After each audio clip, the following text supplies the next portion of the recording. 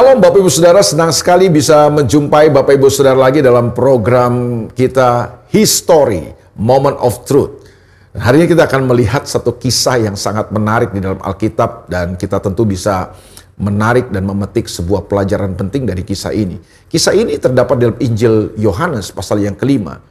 Ketika Yesus Yerusalem, di situ ada sebuah kolam yang bernama Bethesda dan di kolam itu ada serambi-serambinya dan di serambi-serambi inilah banyak orang sakit berkumpul di situ, terbaring di situ dan mereka mengharapkan karena sekali-sekali air kolam Bethesda ini akan digoncang dan ketika air ini tergoncang ada malaikat yang turun untuk mendatangkan mujizat dan kesembuhan buat orang yang sakit. Itu sebabnya orang-orang sakit banyak menunggu kesempatan itu datang dalam kehidupan mereka. Siapa tahu mereka bisa sembuh. Jadi ketika air kolam itu bergoncang, mereka akan berlomba untuk terjun dan orang yang pertama kali terjun ke dalam kolam itu mereka akan sembuh. Nah, di situ ada seorang lumpuh yang sudah 38 tahun menderita sakit lumpuh ini. Dalam ayat yang kelima, firman Tuhan berkata begini dalam Injil Yohanes pasal yang kelima. Di situ ada seorang yang sudah 38 tahun lamanya sakit. Ketika Yesus melihat orang itu berbaring di situ dan karena ia tahu bahwa ia telah lama dalam keadaan itu, berkatalah ia kepadanya, "Maukah engkau sembuh?" Jawab orang sakit itu kepadanya, "Tuhan, tidak ada orang yang menurunkan aku ke dalam kolam itu apabila airnya mulai goncang. Dan sementara aku menuju kolam itu, orang lain sudah turun mendahului aku." Kata Yesus kepadanya, "Bangunlah, angkatlah tilammu dan berjalanlah." Dan pada saat itu juga sembuhlah orang itu lalu ia mengangkat tilamnya dan berjalan.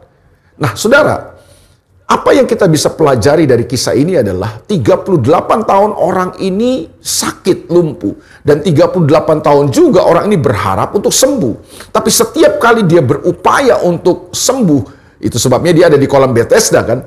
Dan setiap kali dia berusaha untuk berlomba mendahului orang lain untuk masuk ke dalam kolam itu ketika airnya bergoncang, ada orang lain yang sudah mendahului dia. Jadi orang ini sudah terbiasa kalah. Orang ini sudah terbiasa mengalami kegagalan demi kegagalan. Dia sudah coba ini gagal, dia sudah coba ini gagal.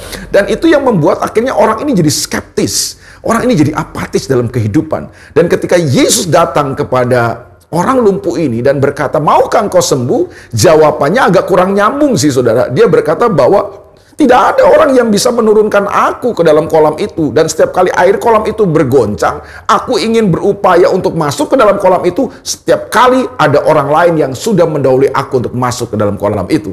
Jadi dia mengungkapkan semua keterbatasannya, semua kendalanya, semua persoalan-persoalannya. Padahal Yesus bertanya, "Maukah engkau sembuh?" Saudaraku. Dari sini kita belajar bahwa gini, seringkali saudaraku, dalam kehidupan kita, ketika kita menghadapi masalah, ketika kita menghadapi kesulitan, bahkan ada orang-orang yang mungkin sudah terlalu lama ada dalam penderitaan, sudah terlalu lama ada dalam masalah, dan masalah itu tidak kunjung selesai. Persoalan yang kita alami, penderitaan yang kita alami tidak kunjung membaik situasinya, tidak kunjung selesai. Nah, disitulah kita menjadi skeptis. Kita mulai kehilangan kepercayaan kita. Kita mulai ragu. Kita mulai apatis menghadapi hidup ini. Kita mungkin dengar firman Tuhan, tapi seringkali kita tidak lagi mudah untuk mempercayainya. Mengapa? Karena sudah terlalu lama kita kalah. Sudah terlalu lama kita menderita. Sudah terlalu lama kita gagal dalam kehidupan. Hari ini, belajarlah dari firman Tuhan, dari orang lumpuh ini. Yesus selalu punya cara tersendiri untuk menolong kita. Kita seringkali memframing pertolongan Tuhan, kita seringkali membatasi kuasa Tuhan, mujizat Tuhan dengan cara berpikir kita, dengan pengalaman orang lain dan sebagainya. Padahal Yesus selalu punya cara sendiri untuk menolong dan menyembuhkan hidup kita, memulihkan hidup kita. Dia tidak hanya punya satu cara untuk menolong kita. Orang lumpuh ini berpikir bahwa kalau dia sembuh, dia cuma bisa berharap dari goncangan air kolam Bethesda itu. Tapi Yesus hari itu hadir. Tidak perlu ada goncangan air kolam Bethesda. Karena dia Tuhan yang sanggup dan berkuasa untuk menyembuhkan orang lumpuh ini. Sebab itu hari ini saudaraku, percayalah. Tuhan punya 1001 cara untuk menolong saudara. Jangan membatasi Tuhan dengan cara berpikir kita yang terbatas. Jangan membatasi Tuhan dengan metode-metode yang orang katakan. Jangan membatasi kuasa Tuhan dalam hidup kita hanya dengan pengalaman-pengalaman orang lain dan cerita-cerita orang lain. Mungkin orang lain bisa disembuhkan, ditolong Tuhan dengan cara seperti itu. Tapi percayalah, Tuhan punya cara tersendiri.